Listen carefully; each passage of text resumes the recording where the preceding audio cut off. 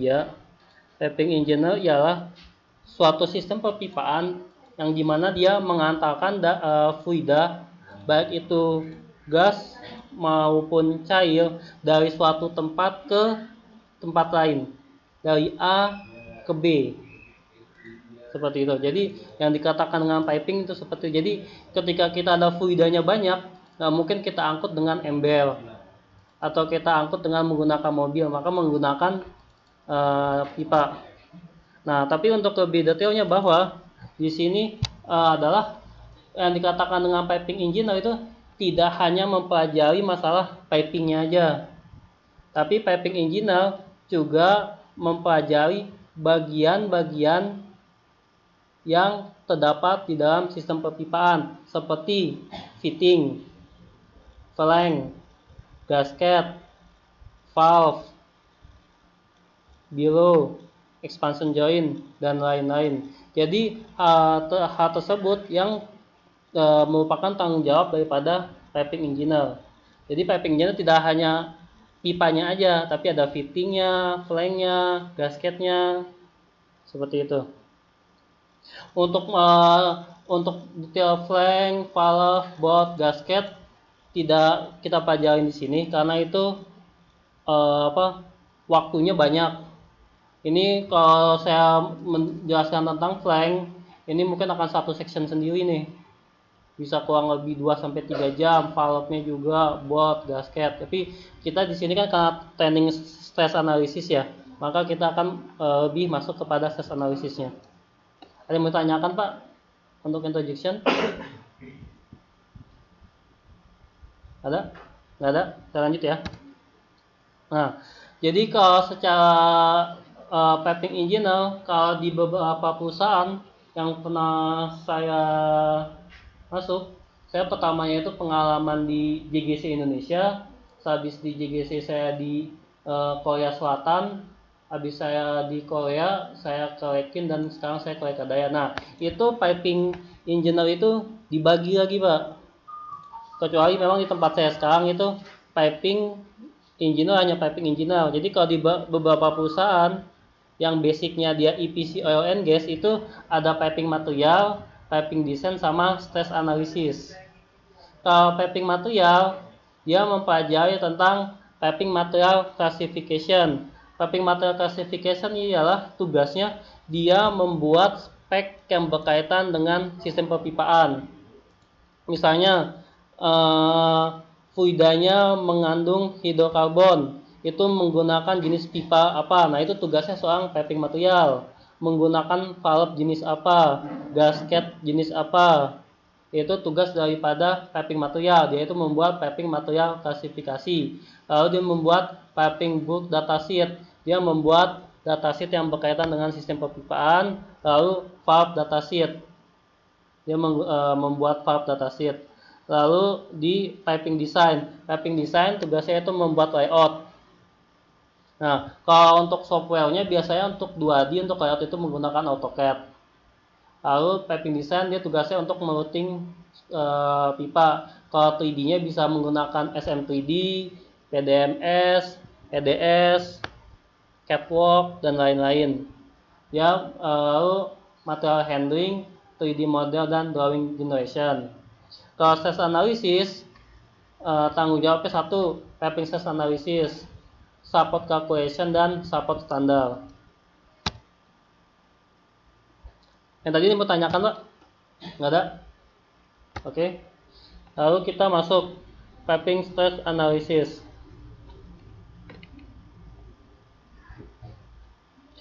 Disiplin piping stress analysis sangat berkaitan dengan layout dan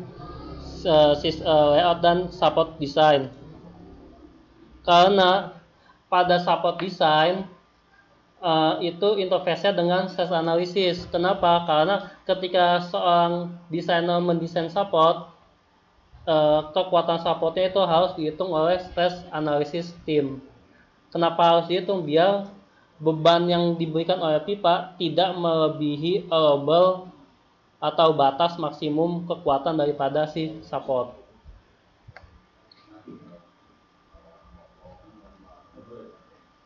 Nah, Stress analisis juga dia memverifikasi routingnya di sini aman atau tidak. Itu tugasnya dari stress analisis. Nozzle load, kan di nozzle biasanya di fabrikator itu kan ada batas kekuatan nozzle-nya ya di setiap nozzle. Misalnya kalau kita mendesain vessel menggunakan ASME 8, nah di kekuatannya itu ada batasnya. Nah eh, eh, yang flank yang connect dengan vessel itu tidak boleh melebihi batas. Ketika dia melebihi batas, otomatis flanknya akan mengalami kerusakan. Lalu hanger untuk supportnya, pemilihan support baik itu di desain sustain operation. Ditanyakan Pak sejauh ini? Ada? Nggak ada ya? Pada boleh saya tanya? Ada? Lanjut. Sekarang interjection to process analysis. Kenapa sih kita harus menghitung stress analysis? Salah satu alasan kenapa kita harus menghitung stress analysis agar ketika pelan kita atau pabrik kita ketika beroperasi dalam keadaan kondisi aman. Itu salah satu fungsinya. Jadi to design the modification. Jadi untuk mendesain suatu pabrik, seorang engineer piping stress analysis harus paham code yang digunakan. Misalnya saya mendesain pabrik petrochemical refinery itu menggunakan ASME B31.3. Misalnya saya mendesain pabrik power plant seperti pembangkit nih, sekarang kan lagi di Indonesia lagi pembangkitnya lagi banyak nih, itu saya menggunakan desain B31.1. Misalnya untuk pipeline itu bisa B31.4 atau B31.8. Nah, seorang engineer harus paham code tersebut. Nah, untuk pembahasan ASME B31.3, B31.1 itu membutuhkan code trainingnya itu lumayan agak lama. Saya kalau ngajar di Batam untuk B31.3 itu kurang lebih itu sampai 1 minggu pertemuan atau kurang lebih 7 hari. Biasanya kalau saya ngajar. Nah, ketika kita mendesain atau mengkalkulasi, hal-hal yang harus kita ketahui dalam stress analysis, satu ialah velocity, temperatur, force, moment in place, strain, displacement, stress, support reaction, dan aktualisasi. Ini beberapa ini akan kita dapatkan dari hasil output dari stress analysis. Nah, jadi kalau secara kesimpulan, code ialah hal-hal wajib yang harus dipenuhi dalam mendesain sistem perpipaan. Nilainya itu harus lebih besar daripada hasil perhitungan kita. Bahasa mudahnya, stress analysis yang kita hitung harus lebih kecil daripada nilai code label yang ada di code. Seperti itu Pak, ada yang tanyakan? Hah? Ya, kalau misalnya stress analysis kita ini lebih besar, otomatis pipa kita akan mengalami kerusakan, Pak. Misalnya di standar code, misalnya kalau di code itu misalnya ya di tabel A1 Pak, untuk tabel material. Di situ kan ada labelnya. Misalnya untuk material carbon steel A105. Nah, nilainya misalnya berapa sekian misalnya sekian KSI nilainya. Nah, nilai itu harus lebih besar daripada sistem kita. Kalau misalnya lebih besar, otomatis pipanya akan mengalami kerusakan. Jadi kalau di code itu, label yang ada di code itu ialah 2/3 daripada yield strength. Ya, paham yield strength ya? Jadi kalau misalnya saya gambar,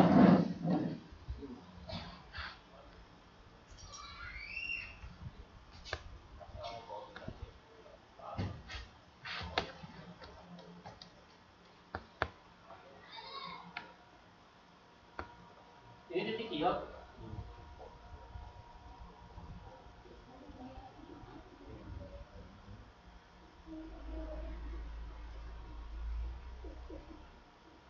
titik yield ialah batas material perubahan dari elastis ke elastis. Elastis itu ialah ketika suatu material ditarik, dia lepas, dia tidak akan kembali. Nah, kalau elastis, ketika ditarik, dia akan kembali. Nah, sedangkan di code, batasnya ialah 2/3 daripada yield di sini.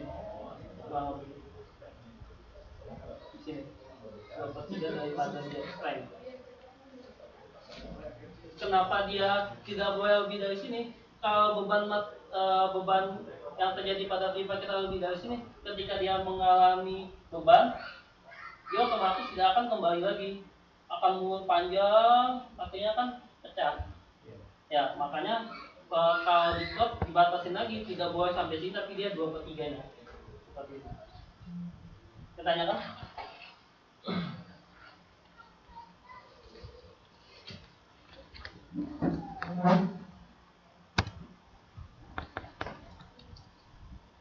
Oke, kenapa kita harus melakukan stress analisis? Yang pertama ialah agar ketika pabrik kita beroperasi dalam keadaan aman. Yang pertama, yang kedua, untuk menjaga beban yang terjadi pada nozzle agar aman juga. Jadi kalau untuk ini kita misalnya kita untuk standar untuk equipment. Kalau equipment kita misalnya untuk steam turbine kita menggunakan NEMA. Kalau untuk pompa API 610. NEMA apa? Standar, Pak. Panjangannya? Aduh, saya juga lupa kalau kepanjangan nama kepanjangannya.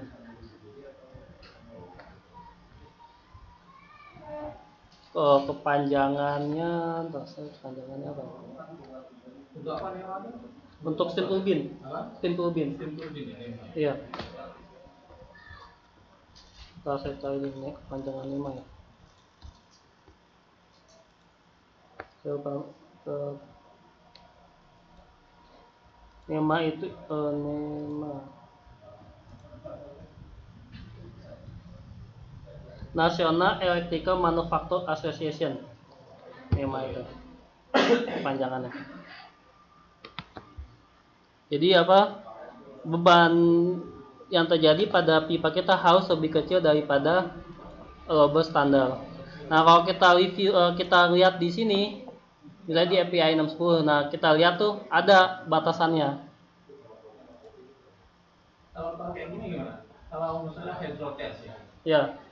Hydro test itu kan ada apa tekanan apa? 1,5. Tekanan desain. Ya. 1,5 daripada tekanan desain. Ya. 1,5. Tekanan desain biasanya di asuransi tahu itu ya. Ya. Nah, terus kita lakukan hydro test, ya kan otomatis kan di asuransi 3.1.1. Ya, 1,3 ya. 1,5 kan? Ya. Nah, itu seandainya tekanan desain itu aktualnya lebih besar daripada tekanan desain, itu gimana? Itu berarti kesalahan daripada proses engineer. Enggak, masalahnya di sini. Pada saat dilakukan hydro test, cuaca lagi panas. Karena cuaca panas, otomatis kan temperatur naik tuh. Ya. Ya kan? Berbanding lurus ya kan? Ya. Nah, pada saat itu nggak taunya tegangannya di situ lebih tinggi pada tegangan desain, gitu. Harusnya begini, Pak. Ketika seorang proses engineer mendesain, itu desain pressure pasti tidak boleh lebih kecil daripada working pressure atau operation. Walaupun terjadi temperatur panas, kalau misalnya kita analisa soal radiasi panas, itu kurang lebih kalau di sistem itu kan maksimum di 65 derajat Celcius. Itu saya pernah ngerjain di proyek waktu di Angola. Itu maksimumnya dia menggunakan soal radiasi 65. Walaupun dia menggunakan 65, tapi desain temperaturnya biasanya kalau misalnya dia sistemnya di misalnya steam turbine, otomatis walaupun dia terkena panas itu tidak memberikan efek. Karena kalau di simple bin itu temperatur sampai 400 sekian. Pas pertama itu. Yang kedua, si pipanya itu diinsulasi. Nah, pipanya diinsulasi nih, dia tidak terbuka. Biasanya kalau pipa-pipa yang terbuka itu dia temperaturnya rendah. Ya kurang lebih itu di ambient temperatur. Nah, kalau misalnya dia pipa sistemnya panas, itu diisolasi, Pak. Enggak, Pak. Pada saat itu kan dilakukan di lapangan, spool Iya, spool kan sebelum di Erickson kan, ya kan? Nah, di situ karena udara panas, otomatis temperatur naik, atau stresnya naik, tidaknya naik. Kalau misalnya hanya dari soal radiasi itu naiknya kecil banget, Pak. Saya banding bilang. Itu tekanan hydrotest yang desain sama aktual itu lebih tinggi gitu. Itu ada pengaruh nggak sama ini? Itu kalau misalnya cuma dia dari soal radiasi panas itu naiknya kecil banget. Oh gitu. Ya, saya banding bilang naiknya kecil banget. Kenapa? Karena di stress analisis kalau soal radiasi itu kan berarti kan dia di T ya, temperatur ya. T itu T-nya itu berarti dia entar masuknya ke thermal ekspansi.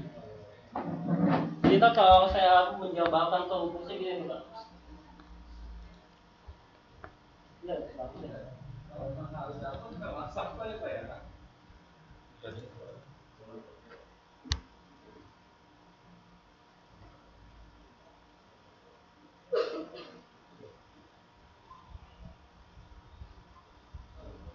Kan kalau misalnya kita berdasarkan ASMO B31.3.1, jadi ada namanya lot itu ada 3.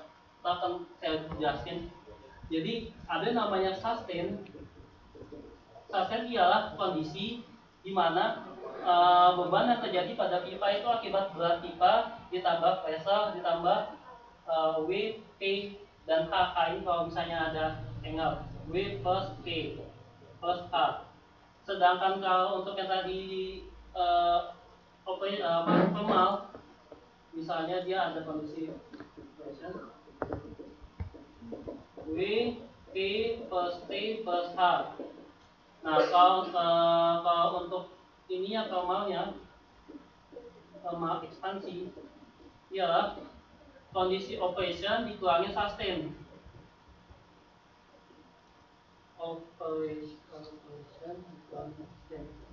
Nah, kalau misalnya kita jabarkan lagi, berarti kan W tambah P ditambah T1 ditambah A dikurangin W, P kurangin H. Maka kita dapat sama dengan T1 ya. Ya kan? Nah, kalau misalnya kita ini kan Pak, karena faktor T-nya aja itu kecil banget Pak.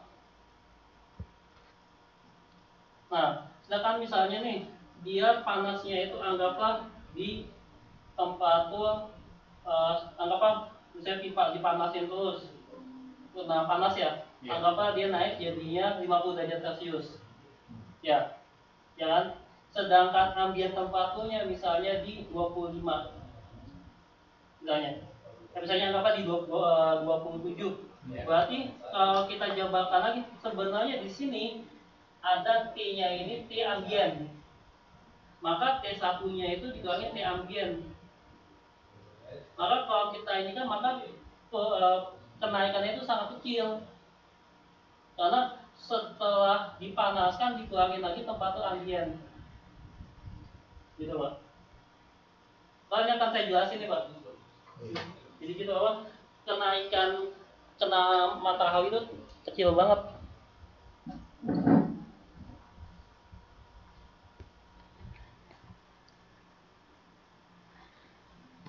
Oke, kita tanyakan. Tadi yang ini udah, terus lanjut lagi untuk keeping stress on piping connection. Jadi kalau yang tadi ini, kalau ini untuk nozzle load pada vessel menggunakan ASME 8. Lalu dia untuk menghitung descent load yang terjadi pada support. Jadi yang tadi saya jelaskan bahwa ketika kita mendesain beban yang terjadi pada support akibat beban dari pipa itu tidak boleh lebih besar daripada beban kekuatan si support. Misalnya nih, anggaplah ini support saya, ini pipa saya, duduk gini ya. Kekuatan di si support ini misalnya 3 ton. Maka beban di titik ini yang dari pipa itu tidak boleh lebih besar daripada 3 ton. Kenapa ya? Kalau bisa lebih besar otomatis dia akan patah ya. Ya kan? Seperti itu. Ini yang kedua untuk define pipe displacement. Jadi displacement di sini ya interface check. Jadi kalau khususnya untuk pipa-pipa yang ada di pipe rack, ada yang di ini. Jadi ketika dia mengalami suatu beban untuk equational, dia tidak boleh nyinggung ke pipa sebelahnya. Misalnya ini pipa, banyak pipa ya. Nah, dia kalau misalnya terjadi beban, dia tidak boleh sampai tersinggung. Nah, biasanya maksimumnya itu 25 mm space-nya. Jadi space antara pipa dengan pipa lain itu kurang lebih ya 25 mm. Beban ada yang 25, ada yang 50 tergantung daripada project. Seperti itu. Diameter pipa kan? Bukan, batas ini ya. Ya, antar pipa. Ya, jarak antar pipa. Ada yang 25, ada yang 50 sih tergantung project. Ada di atas sama kod itu. Enggak, Enggak. di spek project. Spek project. Iya.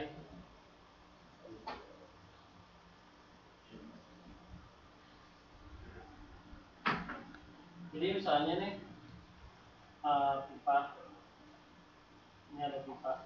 Nah, biasanya macam-macam sih, bahkan ada yang misalnya pipa kita bergerak ya. Ada apa? Dia ada beban, pipa kita bergeser. Nah, biasanya itu ada yang maksimumnya ini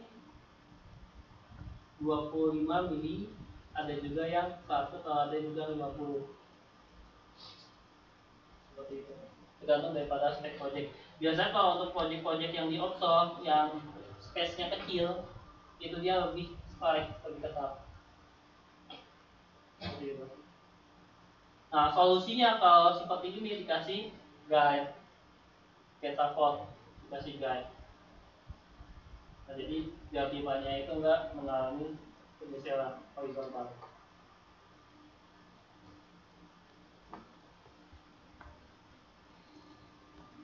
Oke, sehabis itu untuk vibrasi.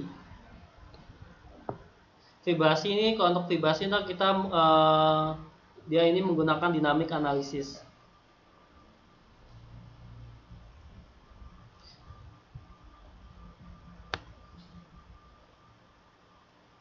Yang bertanyakan?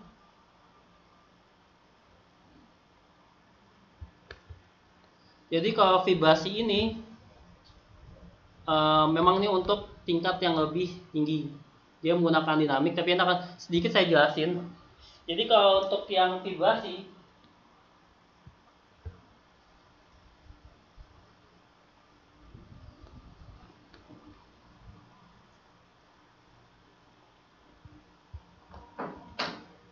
natural vibrasi yang diakibatkan oleh pipa itu rumusnya seperti ini. Velocity dibagi 2πL. Ya. Velocity dibagi 2πL.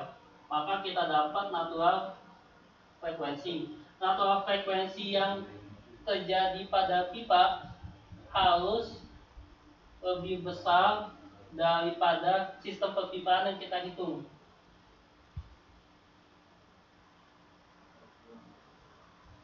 Kenapa harus lebih besar? Kalau misalnya harus natural frekuensi harus lebih, ya betul, lebih besar. Kalau misalnya dia lebih besar, dia otomatis, kalau dia lebih kecil ini dia hasil dari si sistem perpipaan kita yang dihitung dari sesar, kalau dia lebih besar, yang di sesar lebih besar, maka pipanya itu akan goyang-goyang.